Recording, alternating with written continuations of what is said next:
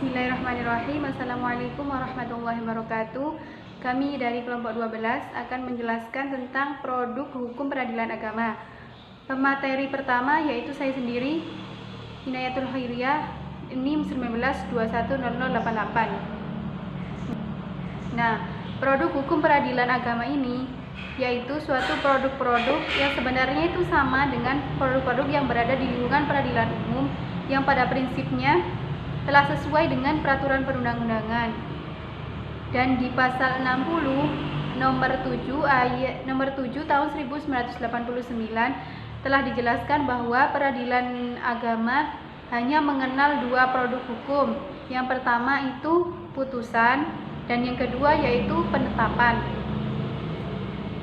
Yang pertama yaitu produk hukum putusan. Putusan sendiri berasal dari dua atau memiliki dua arti, berasal dari bahasa Belanda yaitu vonis dan berasal dari bahasa Arab yang artinya al-qadha, yaitu suatu produk peradilan agama dikarenakan adanya suatu pihak yang berlawanan dalam suatu perkara, yaitu dengan adanya penggugat dan tergugat. Nah, ada beberapa pendapat mengenai pengertian putusan. Yang pertama, menurut pasal 10 Undang-Undang Nomor 7 Tahun 1989 yang menyatakan bahwa putusan adalah suatu keputusan pengadilan agama atas perkara gugatan berdasarkan adanya sengketa. Yang nomor 2, menurut Muktiarto yang menyatakan bahwa putusan itu suatu pernyataan hakim yang dituangkan dalam bentuk tertulis dan disampaikan oleh hakim dalam sidang terbuka untuk umum sebagai hasil pemeriksaan perkara gugatan atau kontentius.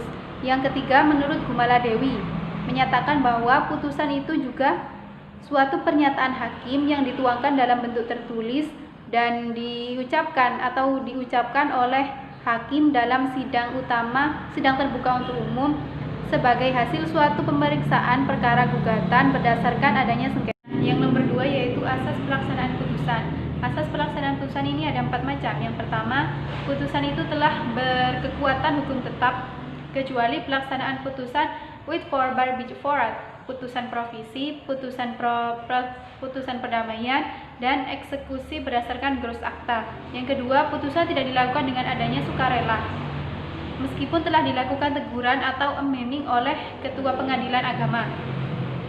Yang ketiga, putusan mengandung amar kondemnatoir. Ciri putusan tersebut mengandung salah satu amar yang diawali dengan kata menghukum atau memerintah.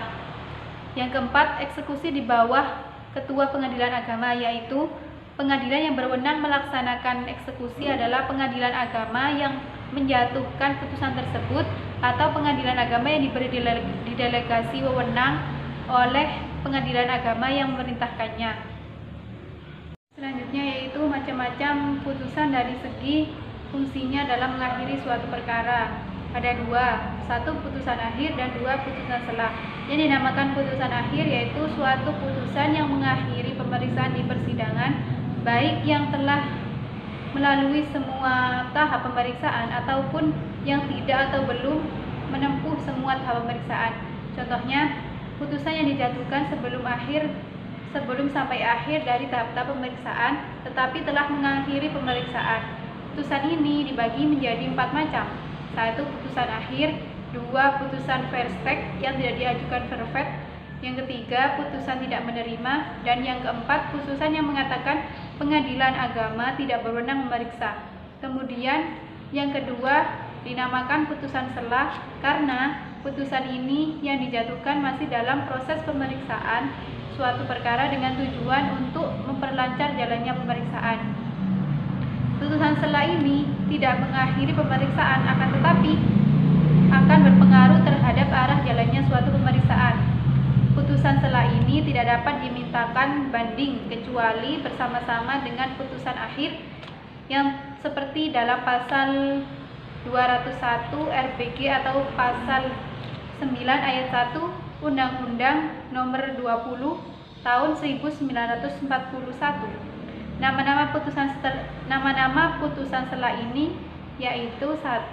Putusan prepatoir. Yang kedua, putusan interlokutoir.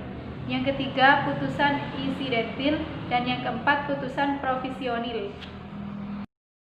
Dan dari beberapa putusan selah tadi dapat diartikan, yang pertama, putusan prepatoir, yaitu suatu persiapan putusan akhir tanpa mempunyai pengaruh terhadap putusan perkara atau pokok perkara. Yang kedua, putusan insidentil. Putusan selah insidentil ini berpengaruh terhadap insiden, yakni suatu peristiwa yang untuk sementara menghentikan pemeriksaan, tetapi belum mencapai adanya pokok perkara atau pokok putusan.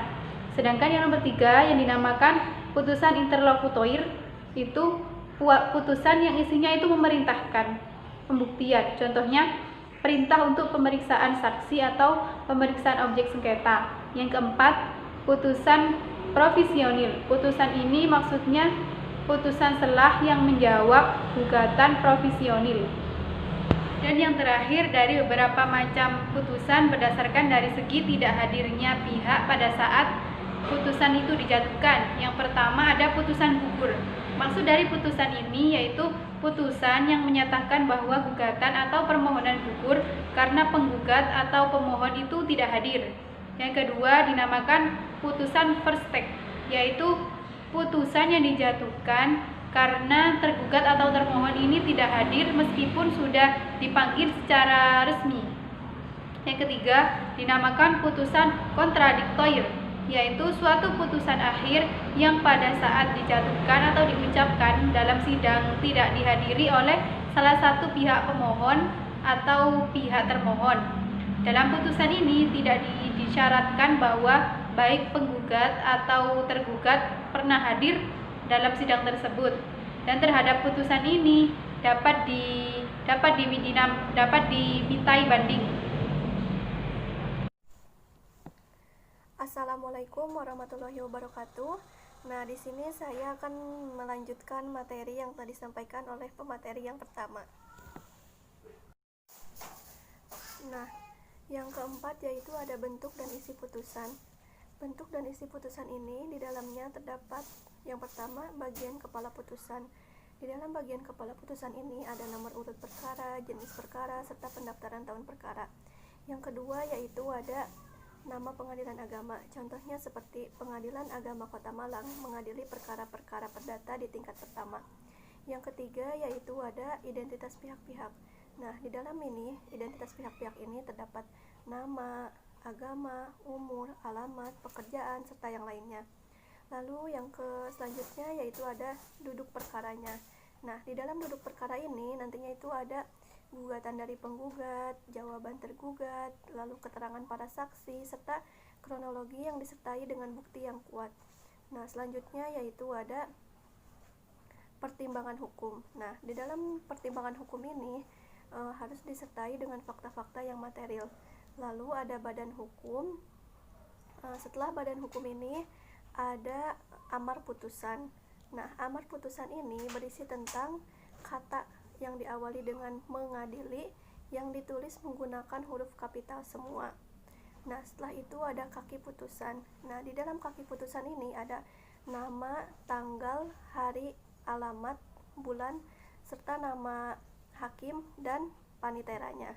Nah, contohnya itu seperti demikian keputusan ini disampaikan di Pengadilan Agama Malang pada hari Senin tanggal 15 April 2020 oleh Dr. Andes Muhammad Amir sebagai ketua hakim dan Ridwan sebagai wakil hakim. Nah, yang selanjutnya yaitu atau yang terakhir ada tanda tangan hakim dan panitera serta perincian biaya. Nah, untuk tanda tangannya ini harus disertai dengan materai 6.000. Nah, untuk tanda tangan hakim ketua itu ada di sebelah kanan, lalu hakim ketua atau ketua majelis, lalu di sebelah kirinya itu ada tanda tangan wakil ketua. Nah, yang di bawahnya itu ada panitera, paling bawah kanannya itu ada panitera pengganti, nah serta dengan perincian biayanya. Nah, yang kelima yaitu ada kekuatan putusan. Yang pertama itu ada kekuatan mengikat. Nah, di mana keputusan hakim ini mengikat para pihak yang berperkara dan yang terlibat. Yang kedua yaitu ada kekuatan bukti, di mana putusan hakim ini telah ditetapkan dan bersifat pasti. Yang ketiga yaitu ada kekuatan eksekusi.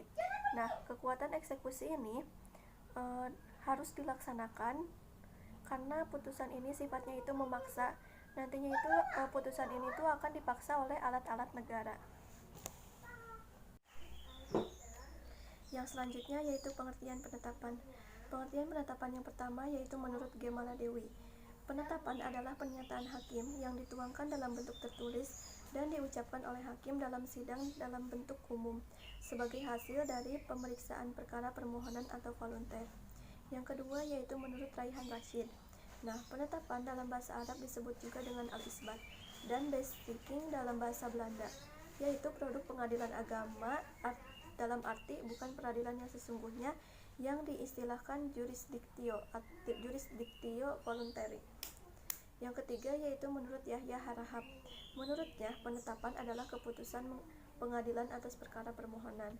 Nah, di sini jadi dapat disimpulkan bahwa penetapan adalah keputusan pengadilan atas perkara permohonan atau volunter. Contohnya seperti dalam pernikahan, ada izin memohon menikah, terus wali adol, lalu poligami. Yang selanjutnya yaitu macam-macam penetapan. Yang pertama yaitu penetapan dalam bentuk murni voluntaria. Nah, ini tuh merupakan hasil dari putusan perkara voluntaria yang sifatnya tidak bertentangan antar para pihak. Cirinya yang pertama yaitu gugatan sepihak atau penggugat ini hanya terdiri dari pemohon. Yang kedua yaitu penetapan ini tidak bermaksud untuk menyelesaikan suatu perkara, namun hanya menjelaskan atau menetapkan keadaan pemohon. Nah, lalu yang ketiga, petitum atau amar putusan ini bersifat deklaratoria. Petitum ini adalah hal yang diinginkan oleh pemohon agar keinginannya itu dapat dikabulkan oleh hakim. Sedangkan deklaratoria ini yaitu keadaan yang menjelaskan tetapi tidak untuk menyelesaikan suatu persengketaan sehingga tidak perlu dieksekusi. Nah, penetapan ini mempunyai asas-asas. Yang pertama yaitu asas kebenarannya itu hanya berlaku untuk dirinya sendiri. Yang kedua, kekuatan penetapan ini juga hanya berlaku untuk dirinya sendiri. Yang ketiga, penetapan ini tidak dapat menjadi suatu bukti yang kuat untuk pihak manapun. Yang keempat yaitu penetapan ini tidak perlu dieksekusi lagi. Yang kedua yaitu penetapan bukan dalam bentuk voluntaria. Di dalam penetapan ini terdapat pemohon dan termohon atau bisa juga disebut dengan penggugat dan tergugat. Contoh dalam penetapan ini yaitu penetapan ikrar talak. Di dalam pasal 66 dan 82 serta Undang-Undang Nomor 7 Tahun 1989 terdapat kontroversi. Nah, di dalam pasal 66 disebutkan bahwa penetapan ikrar talak ini nantinya akan menghasilkan produk hukum yang deklaratoir, namun di dalam proses pemeriksaannya bersifat kontradiktoir. Nah, bahkan sang istri ini diberikan hak agar dia itu boleh mengajukan ke tingkat banding dan kasasi sesuai dengan pasal 66 dan 82. Dalam hal ini sifat proses pemohonan ini tidak diberlakukan sepenuhnya. Assalamualaikum warahmatullahi wabarakatuh. Jadi di sini saya akan menyampaikan materi lanjutan yang telah disampaikan oleh presentator sebelumnya. Jadi di sini saya akan menyampaikan bentuk dan isi penetapan. Menurut Raihan Rashid, bentuk dan isi penetapan hampir sama saja dengan bentuk dan isi putusan, walaupun ada juga sedikit perbedaannya sebagai berikut. Yang pertama, identitas pihak-pihak pada permohonan dan pada penetapan hanya memuat identitas pemohon. Yang kedua, tidak akan ditemukan kata-kata berlawanan dengan, seperti pada putusan. Yang ketiga, tidak akan ditemukan kata-kata tentang duduk perkaranya, seperti pada putusan, melainkan langsung diuraikan permohonan pemohon. Yang keempat, amar penetapan paling-paling bersifat deklaratoire atau konstitutoire. Yang kelima, kalau pada putusan didahului kata-kata memutuskan, maka pada penetapan dengan kata menetapkan. Selanjutnya, biaya perkara selalu dipikulkan oleh pemohon, sedangkan pada putusan dibebankan kepada salah satu pihak yang kalah atau ditanggung bersama-sama oleh pihak penggugat dan tergugat. Tetapi perkara perkawinan tetap selalu kepada penggugat atau pemohon. Yang terakhir, dalam penetapan tidak mungkin ada rekonventi atau interventi atau frijuaring. Selanjutnya yaitu kekuatan penetapan. Putusan mempunyai 3 kekuatan dan berlaku untuk pihak-pihak maupun dunia luar atau pihak ketiga. Tetapi penetapan hanya berlaku untuk pemohon sendiri, untuk ahli warisnya, dan untuk orang yang memperoleh hak daripadanya. Contoh penetapan seperti pengesahan nikah bagi keperluan pensiun pegawai negeri sipil dari suami istri yang tidak ada sengketa antara keduanya, tetapi dulu-dulunya mereka kawin belum begitu tertib pencatatan nikah sehingga tidak mempunyai akta nikah. Selanjutnya yaitu produk khusus. Sebelum berlakunya UU Nomor 7 Tahun 1989, di samping produk putusan dan penetapan, ada produk pengadilan agama yang disebut SKT 3, yaitu surat keterangan tentang terjadinya talak sebagai realisasi dari pasal 17 Peraturan Pemerintah Nomor 9 Tahun 1975.